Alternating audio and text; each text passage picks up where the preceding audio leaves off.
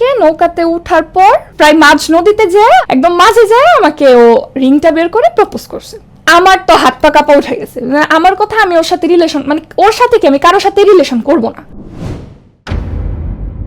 আমার নাম প্রীতি, আমি পুরান ঢাকা নাজিরবাজার থেকে আসছি। ছোটবেলা থেকে আমার বাবা হচ্ছে দেশের বাইরে থাকতো, আমরা দুই বোন, আর কোনো ভাই ছিল না।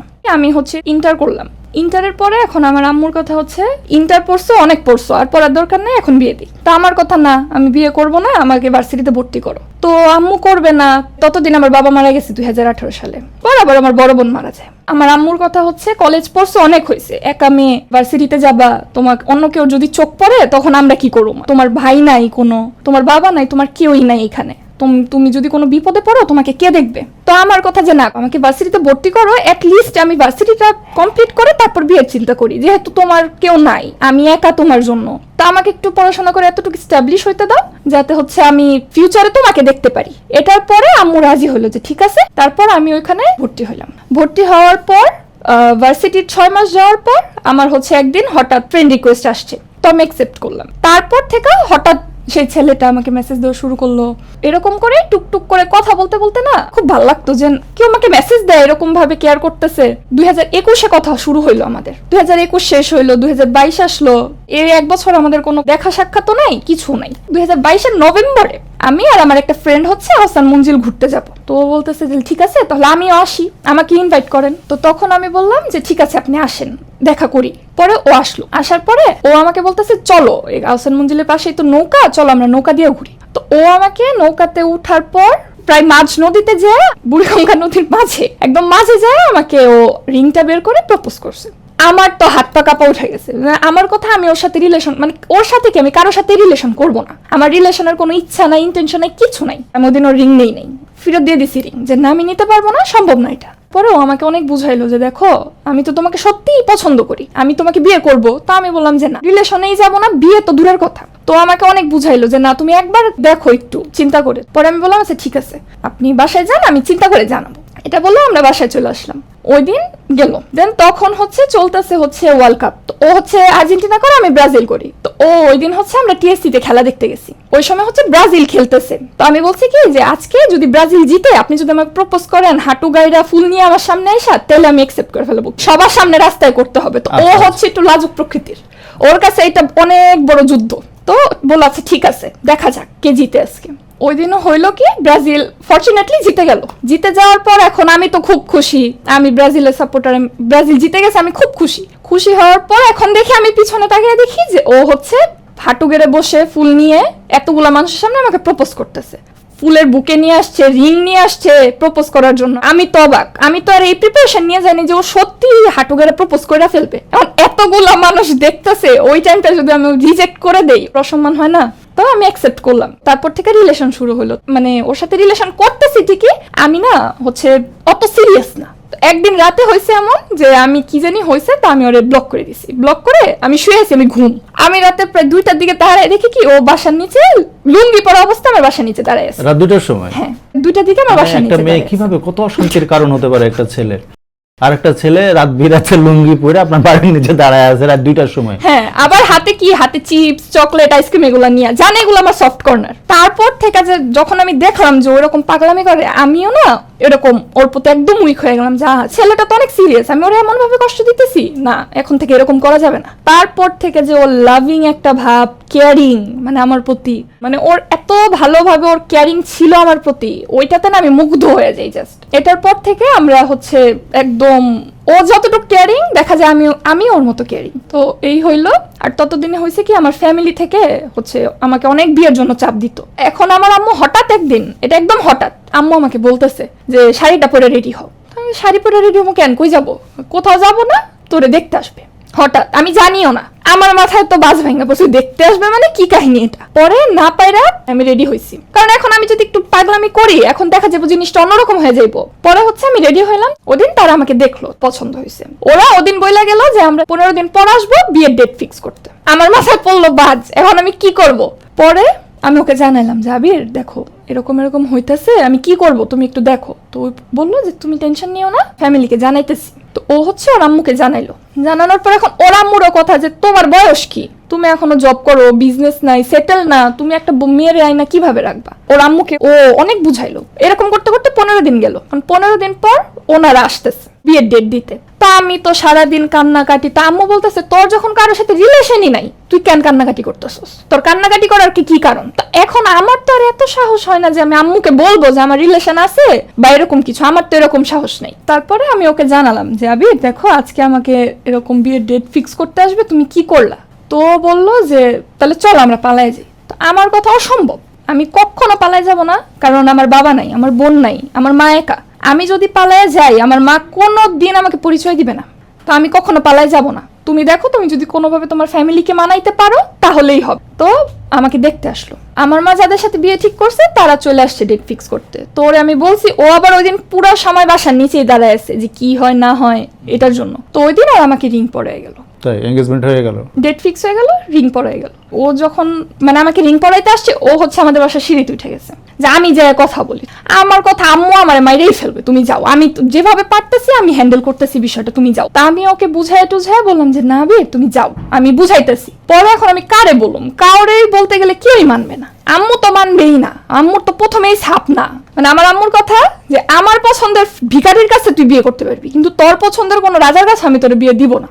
আমার আম্মুর কথাটা তুই অ্যারেঞ্জ ম্যারেজই করবি, লাভ ম্যারেজ আমি করতে দিব না। তো আমি আমার মামাকে জানাইলাম, মামা এরকম আমি একটা ছেলেকে পছন্দ করি, তুমি একবার কথা বলো, তারপরে যদি তোমাদের না ভাল লাগে আমি আর আগাবো না, তোমরা খালি একবার কথা বলো। আমার মামা কথা বললো ওর সাথে। তো মামা কথা বলে মামার কাছে ভালো লাগছে যে না ওর তো পটেনশিয়াল আছে, ও এখন জব করে পরবর্তীতে বিজনেস করবে, ফিউচার প্ল্যান ভালো। তো আমার মামা আম্মুকে বুঝাইলো। আমার মামা যখন আম্মুকে বললো না, তো আম্মু হচ্ছে জিনিসটা একটু গুরুত্ব দেওয়া শুরু করলো। তো আম্মু করলো কি আচ্ছা ঠিক আছে, ওর ফ্যামিলিকে ডাকান, ছেলে দেখার আগে ছেলের ফ্যামিলি দেখতে হবে। তো ওর আম্মু, ওর খালা আর ওর খালাতো বোন আমাদের বাসায় আসলো। আসার পরে এখন কথাবার্তা বলে আমার আম্মুর কাছে ওর আম্মুকে খুবই ভালো লাগছে। তো আমার আম্মু তাকে দেখে খুব পছন্দ করলো। এখন আমার আম্মু দ্বিধা দ্বন্দ্বে পড়ে গেছে যে আমি ওদিকে জবান দিয়ে রাখছি, আবার ওর ফ্যামিলিও খারাপ না, ছেলেও খারাপ না, কোনো নেশাপানি করে না, কোনো কিছু না। ছেলেরা আরো এলাকা থেকে দুই একজনের থেকে, ওর বাসার এলাকা থেকে যে আম্মু খবর নিছে একটু যে ছেলে কেমন, সবাই বলছে ভালো। এখন আম্মু দ্বিধা দ্বন্দ্বে পড়ে গেল কি করব। হওয়ার পর আম্মু হচ্ছে আমাকে একদিন জিজ্ঞেস করলো যে প্রীতি তুই কি সত্যি ওর প্রতি সিরিয়াস, তুই ওরই বিয়ে করবি? তুই জানোস ও তোরে খুশি রাখতে পারবো কিনা? আমি জানি রাখতে পারবো। তা আম্মু বলতেছে ও তো একটা ছোট চাকরি করে, ও তোরে কিভাবে রাখবো, কিভাবে খাওয়াইবো? তা আমি তখন আম্মুকে বললাম যে আম্মু রিজিক তো আল্লাহর, এমনও তো হইতে পারে বিয়ের পর ওর রিজিক খুলে যাইতে পারে, তুমি দেখো একটু চেষ্টা করে। পরে আম্মু যারা আমাকে হচ্ছে এঙ্গেজমেন্ট করাই গেল ওনাদের জানাই দিল যে না আমার মেয়ে বিয়ে করতে চায় না, মেয়ে রাজি না, আংটি ফেরত দিয়ে দেওয়া হইলো। তখন আমার আম্মু রাজি। তো হচ্ছে আম্মু রাজি হওয়ার পর তো আমার তো খুশির কোনো মানে শেষ নাই, ও খুশি আমিও খুশি। তো এরপরে বিয়ের ডেট ফিক্স হইলো। পরে কেনাকাটা, আমি এই কথাটা বলবো যে আমার কোনো শখ, কোনো আহ্লাদ ও অপূর্ণ রাখে নাই। আমি যে বললাম যে আমার বিয়েতে আমি এই শখটা আমার পুরা হয় নাই, এই জিনিসটা ও রাখতে দেয় নাই। আমি খালি মুখ দিয়ে একবার বের করতাম আবির এইটা, ওই হাজির। আমার একদিক দিয়ে এটা চিন্তা ছিল যে আমার যেহেতু বাবা নাই, আমার মা একা, আমার হয়তো বিয়েটা আমার মন মতো নাও হইতে পারে, ওই রকম ভাবে হবে না। আমার আম্মু বলেই দিছে যত বড় করে আমরা করতে পারবো না, কিন্তু ও আমাকে কোনো কিছু তো অপূর্ণ রাখে নাই। এই জিনিসটা নিয়ে আমি খুবই আসলেই কৃতজ্ঞ। তারপর 2023 জুনের 2 তারিখে আমাদের বিয়ে হলো, অনুষ্ঠান হয়, উঠায় দেওয়া হয়। তারপর থেকে তো আমি ওর বাসায় যাওয়ার পর তো আলহামদুলিল্লাহ আমার শ্বশুর বাড়ির মানুষের মতো অমায়িক মানুষ নাই। আমার শাশুড়ি এখনো আমাকে কোনো কিছু কাজ টাজ তেমন ধরতে দেয় না, সেই সব করে। আমার ননদ তো আমার বোন, ছোট বোন, মানে আমার ছোট বোন ছিল না, আমার শখ ছিল ছোট বোনের, ও হচ্ছে আমার ছোট বোন। আমি যে তোমার প্রথম রিলেশন এটাও বলবা, ভালো মতো তারিফ না করলে বাড়িতে ঢুকতে দিব না। আমার নাম মোহাম্মদ আবির, আমি একজন চায়নার ইম্পোর্টার। নবপুরে আমার দোকান আছে, আমি ইম্পোর্ট করে। রিংটা নিয়ে তো প্রায় 1-1.5 মাস তার পিছে পিছে ঘুরেছেন। হ্যাঁ, আমি তখন জব করি, যখন আমাদের বিয়ার কথাবার্তা হয়ে গেছে, তো তখন ও যেটা চাইছে, যেভাবে চাইছে সেভাবে তাকে শপিং করে দেওয়া হয়েছে, সব আমার নিজের টাকা দিয়ে। মানে পুরো বিয়েটাই হয়েছে ওর টাকা, ওর ফ্যামিলি থেকে কোনো কিছু না। তো আমার মা তখন বলতেছিল যে তুমি যখন বিয়ে করবা, অনুষ্ঠান কিভাবে কি করবা, এখানে তো মিনিমাম 2-3 লাখ টাকার আছে। তখন আমার মা হাতে আমি টাকা দিছি যে নাও তুমি নিজেদের যেভাবে শপিং করার করো। বউ হিসেবে আলহামদুলিল্লাহ আমার জীবনের সবচেয়ে ইম্পর্টেন্ট একটা জিনিস, হয়তো আমি ওর মতো কাউকে পাইতাম না। বিয়ের আজকে 3 বছর। আমার একটা মেয়ে আছে, নাম আবিহা, ওর বয়স আনুমানিক 2 বছর। আসলে আমি ওকে পাওয়ার পর আমি আল্লাহর কাছে অনেক শুকরিয়া করছি, নামাজ পড়ছি যে আমার জীবনের সবচেয়ে বড় শখ পূর্ণ হয়েছে। ওকে বউ হিসেবে আমি আলহামদুলিল্লাহ যখন যেটা বলি সেটা করে, যেভাবে বলি। যেমন ও বিয়ের আগে নর্মালি চলাফেরা করতো, পর্দা টর্দা তেমন একটা করতো না। বিয়ের পর আমি যেভাবে বলছি পর্দা করতে, সেভাবে। অনেকে আছে না যে আমি কি জন্য করব পর্দা, তো কখনো এই প্রশ্নও করে নাই যে কি জন্য করব। আমি বলছি তো করছে। আপনার ফেসবুকের পাসওয়ার্ড কি উনি জানে? হ্যাঁ, ও আমারটাও জানে, ওরটাও আমি জানি। চেক টেক করেন দুজনকে? তুমি আমি check করি না, করো ও হয় না। করে। check আমি করা হয় করি না। না, আমি কখনো করি না। তুমি দেখো তোমার আইডিতে কবে ঢুকছিল? তুমি তো ঢুকতেই থাক। কালকেও ঢুকছো, কবে আবার কি, কালকেও তো ঢুকছো। আমার হাজবেন্ড ওর মতো ভালো মানুষ দুনিয়াতে কমই আছে। ও আবার কি একটু ঠান্ডা মিজাজের। ও হচ্ছে আমার কোনো শখ এখনো আমি একবার বলবো আবির এইটা, ও যদি আজকেও না পারে ওই 3 দিন পরে মনে রাখে যে না ও তো এটা বলছিল নিয়ে যাই, এরকম এখনো কোনো কথা বললে না নাই যে আবির আমাকে এখানে নিয়ে যাইবা, হ্যাঁ চলো, মানে ওর একটা যে থাকে না যে আজকে না পরে 2 দিন পরে, এরকম এখনো নাই। এখন আমি যেভাবে যা বলবো যে আবির এটা এইভাবে করো, ঠিক আছে। ওর সবচেয়ে বড় একটা ভালো দিক কি, ও কোনো কিছু করার আগে আমার মতামতটা নেওয়া গুরুত্বপূর্ণ মনে করে। মানে কোনো কিছু ও করবে, যেমন ওর বিজনেসটা যখন শুরু করে তখন আমাকে বলছিল দেখো এমন এমন ইনভেস্ট করতে চাই, কি বলো, মানে সব কথাই ও আমাকে, ও করার আগে আমাকে একটু ডিসকাস করে নেয় যে এটা কিভাবে করবো বা ওইরকম করবো। মানে আমার মতামতটাকে ও অনেক রেসপেক্ট করে, আমাকে অনেক রেসপেক্ট করে, আর অনেক কেয়ারিং। ওর মতো কেয়ারিং হাজবেন্ড পাওয়া ভাগ্যের ব্যাপার। আপনি যে আর্ন করেন, পরিবারের পিছনে যে আপনি যে খরচটা করেন, আপনার স্ত্রীর কি অনুমতি নিতে হয়? আপনি যখন আপনার বাবা বা মায়ের পিছনে খরচ করতে চান বা আপনার বোনের পিছনে খরচ করতে চান?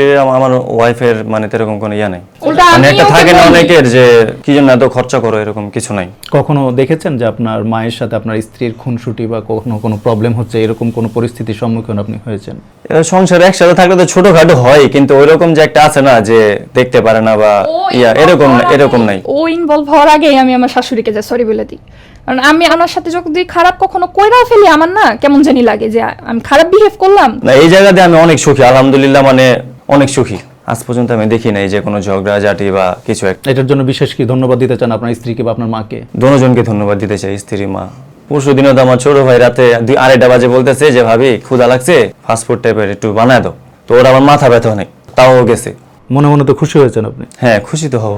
ও আমার, যেহেতু বললাম আমার মার আমি ছাড়া কেউ নাই, ও এখন আমার পরেও হচ্ছে ছেলে হয়ে গেছে আমার আম্মুর। কিছুদিন আগে আমার আম্মু অসুস্থ ছিল, যত হসপিটালে দৌড়াদৌড়ি সব ও করছে ছেলের মতো। এটার উপর আর কিছু বলার নাই, মানে ওর খুবই থ্যাঙ্কফুল ওর প্রতি আমি। যদি আপনার কোনো কিছু চাওয়ার থাকে তার কাছে? বেশি কিছু আবদার না, যেহেতু আমরা কক্সবাজার ঘুরছি, এখন আমার কক্সবাজার মানে ওইদিকে যাওয়ার কোনো ইচ্ছা নেই। যদি চাই আমাকে একটা ইন্টারন্যাশনাল ট্রিপ দিতে পারে, থাইল্যান্ড, বালি। ঠিক আছে, আমি তোমাকে কথা দিলাম, তোমাকে নিয়ে যাবো যেখানে যাবা, বালি বা থাইল্যান্ড, মালদ্বীপ। ওকে, তোমার না অনেক শখ মালদ্বীপের? ঠিক আছে, যেদিকে নিয়ে যাও, ইন্টারন্যাশনাল হইলেই হইব।